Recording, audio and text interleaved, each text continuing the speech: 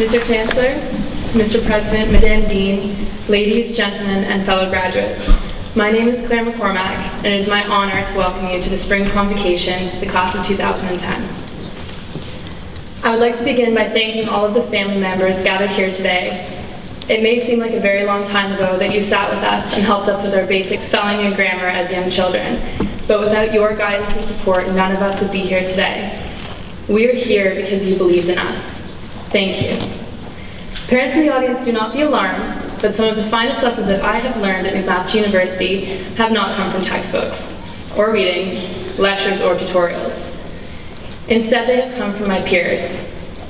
When I reflect on the enormous amount of work that each of us have invested in our degrees, I sometimes wonder how it was all possible. How did we get here? Personally, my answer and my strength sit in front of me today. All-nighters were made possible with someone to watch your laptop as you ran for just one last coffee, and tests were easier studied for with someone to quiz you. And ultimately, our victories were sweeter because we shared them with one another.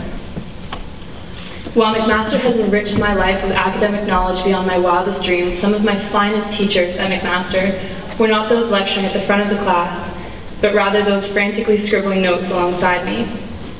Heartbreaks were soothed, laughter shared, and life was enriched because of the people who sit in front of me now. I would encourage you to acknowledge the part of your education that cannot be reflected in degree audits or transcript reports. Look around and appreciate your peers. They were your teachers, your inspiration, and your strength. This is the class of 2010. For me, the McMaster experience has always been captured in moments. In the beginning, these moments were marked in terms of firsts. Opening the acceptance package that came in the mail 4 years ago, sitting down for that first nerve-wracking meal at Commons, or even more nerve-wracking, that first exam in IWC. What caught my attention during our last few months at McMaster was how I began to think in terms of last. Could this possibly be the last time that I sit in Chester Newhall for class? Or even more bizarre, my last cab ride into Hess Village? And now, sitting here today, our undergraduate journey has come full circle. Once prospective students of this great institution, we are now alumni. McMaster has been a journey filled with changes we could not have predicted, challenges that we couldn't have prepared for, and rewards sweeter than any we had hoped for. Over the course of our university careers, we learned many lessons. Some we learned the hard way. We learned to respect and value our classmates, our housemates, and the wisdom of our professors. We learned that attending quarters on Thursday night is risky when you have an 8:30 a.m. midterm on Friday morning, and if you are anything like me, you may also have made the mistake of procrastination. If so, you may also have found yourself, paper in hand, running wildly down Sterling Street, just trying to get to the drop box before the 4:30 deadline. When I look back on our collective growth as a graduating class, I cannot help but smile. Many of us came to McMaster while we were still teenagers, strolling around campus with our maroon wallets, the sure mark of a first-year student.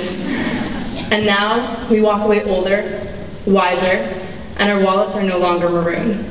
They are also much lighter. Tuition does not come cheap. In the social sciences, we are the privileged few that are able to study the world. We are also a generation of students graduating in a world more in need of change than ever before. I would encourage all of us not to leave the passion that we had for learning in the essays we've already submitted and the assignments already graded. In the rush of university, we have this tendency. We throw our hearts and our minds into one paper at a time, hand it in, and move on. Well, ladies and gentlemen, today we're moving on to a whole new chapter of our lives.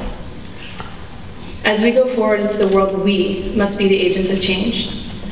Our university president, Peter George, reminded us in his final lecture that right here and right now, we have an education that is the envy of the world. That as university graduates, we are already among the luckiest 0.0001% of the people alive on this planet today. Our education is a privilege, and this privilege alone is a call. It is a call to take advantage of the opportunities that we are presented with. So many times we've been asked, what do you want to do with your life? What do you want to be when you grow up? These are the questions that motivated us to study harder and gave us strength as we sifted through elective classes just trying to find something that we were passionate about. Today is the day that we graduate from university. I'm not sure if today is the day that we grow up, but it is definitely a step in that direction. So instead, today, I would like to ask you how you intend on living when you do grow up. I hope for all of us that we are able to live with kindness, with passion, and with good intention. I hope that the world-class education we have received here at McMaster will help us in making our world a better place. I have come to realize that you will be most successful doing something that you love. Going forward, if we're not passionate about what we're doing, we can never achieve true excellence. I hope that we all live lives that are extraordinary, that we reject mediocrity and live the lives that we've always dreamed of. Our class has already proven its strength, perseverance, and intelligence in getting this far. Something that my father has always told me is that before you can love anyone else, you must love yourself, and that to invest in yourself and in your dreams is one of the smartest decisions that you can ever make.